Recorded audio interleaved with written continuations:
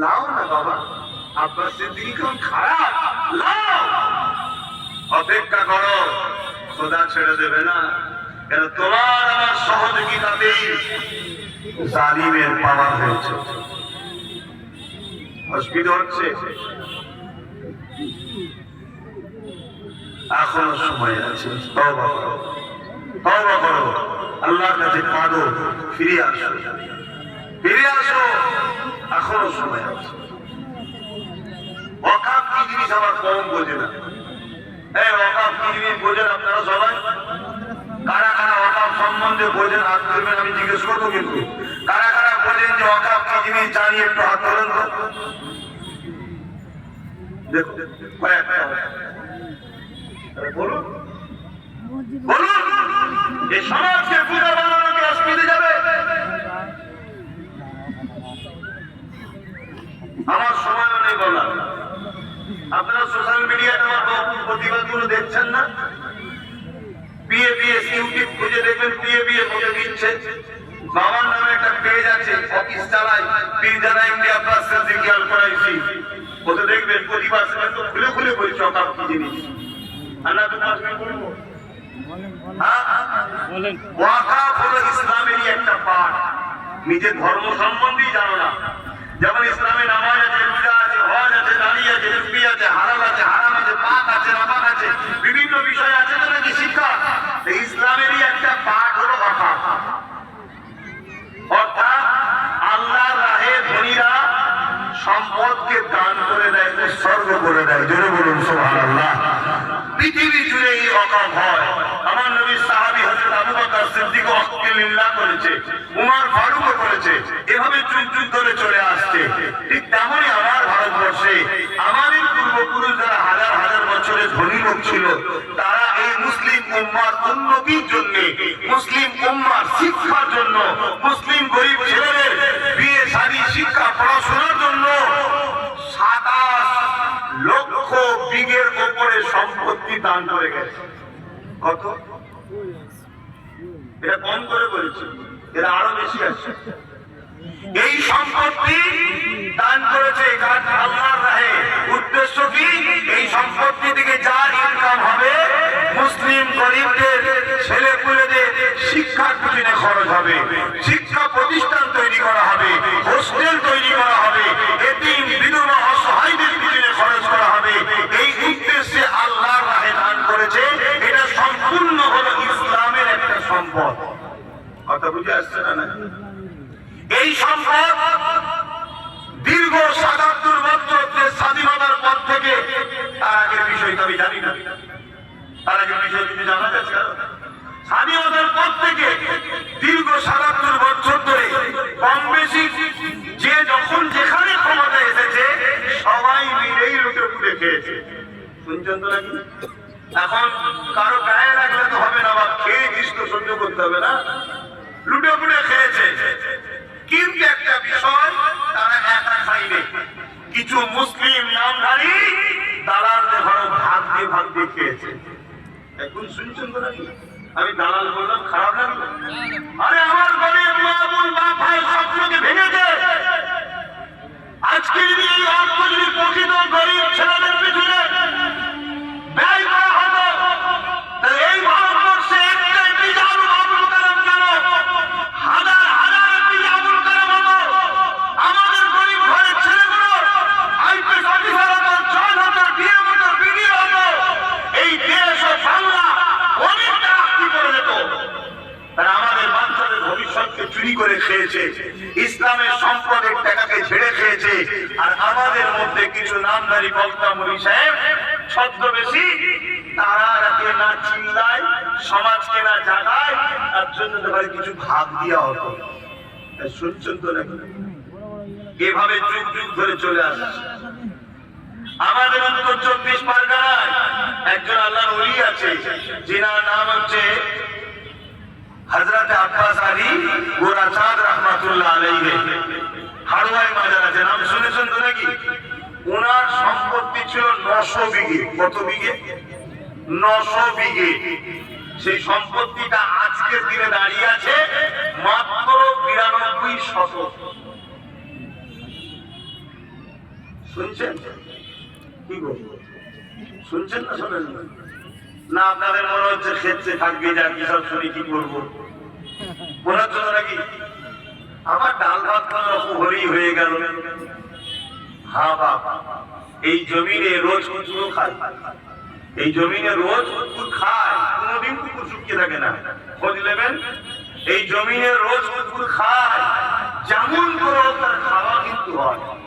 সে লাঠি খেয়ে হোক, ছিচি করে হোক, ছ্যাঁটার মা খেয়ে হোক, খাওয়া তো কুকুরের হয়। আপনার খাওয়াটা আমার খাওয়াটা যদি কুকুরের মতো হয়ে যায়, ওই খাওয়াটা ভালো না এর যদি রুটি খাওয়া ভালো? একটু ভাবতে হবে তো নাকি? আর যদি মনে হয় যে না বাবা ওই কুকুরের মতনই ঠিক আছে, তাহলে আপনার সে দিদি বা ভুল করছে। কথা কি করা হয়ে গেল নাকি? কি গো ইসমাইল সাহেব, কথা কি করা হয়ে গেল? তাহলে যদি জাতির পরিবর্তন হয় তাও আলহামদুলিল্লাহ, জাতি যদি এরকম শুরু পরিবর্তন হয় তাও আলহামদুলিল্লাহ। অতএব বাপ আমার, ভাই আমার, বুঝুন, আজকে শুধু তোমার আমার ভবিষ্যৎ এখানে জড়িয়ে নয়, কালকে যখন তোমার মসজিদে এসে নোটিশ হয়ে যাবে এটা ওয়াকফ প্রপার্টি নয়, ভালো আমার স্থানকে বলা হবে ওয়াকফ প্রপার্টি নয়, তোমার আমার বাপ দাদার লাশের হাড়গুলোকে তোলা হবে। এমনও শুনে রেখে দাও, আগামী দিন তোমার আমার কবর দিবার জায়গা হবে না, কদর নিজের উঠোনে দিয়ে দেবা। কদরের আছে কত বড় জায়গা, লাস্টে কি হবে বলতে হবে পুড়িয়ে দাও। আগামী দিন সেই দিন আসছে। আজকের এই ওয়াজটা রেকর্ডিং হচ্ছে তো নাকি? হ্যাঁ, লিখে রাখবেন, আগামী দিন এটাও বলবে যে মুসলমানদের অত বড় জায়গা দখল করে রাখার কি দরকার, পুড়িয়ে দাও। তোমার গাফলতির জন্য তোমার মাকে নিয়ে যাওয়া হবে ফেরানো। শোনো বন্ধু আমার কথা, গায়ে লাগলে কিছু করার নেই, আনবি না, আর আসলে আসবি না। যেমন প্রচুর লোক দূরে দূরে আছে, ডেকে ডেকে আসছে কি একটু দূরে সরে যাবে, মিলে যাবে। যা 10টা থেকে 10টা বেলে বলবো, কথা বুঝে আসছে না? হ্যাঁ, আমি তার আমার জন্য কথা বলছি না, আমি তো আল্লাহ ও রাসূলের জন্য কথা বলছি। কাল তোমার আমার গাফলতির জন্য তোমার আমার মাকে নিয়ে যাওয়া হবে পোড়াতে, আর তোমার আমার মাকে পোড়াতে নিয়ে যখন যাবে, পোড়াতে গেলে তো ভয় লাগবে, তখন তার ভালো লোক সেখানে যাবে না। তখন যেই কাপড়টা লাগবে তোমার মায়ের 60 বছর ঢুকে রাখা ইজ্জতটা উলঙ্গ হয়ে যাবে, সবাই দেখবে। সেদিন তোমার হাসিটা খুব ভালো হবে বলে আমি দেখবো। আজকে যারা আমার কথা গেলিয়ে মনে করো যে বেকার হচ্ছে, সেদিন বুঝবে কি হচ্ছে। কথা মাথায় ঢুকছে না? ঢুকে নেই।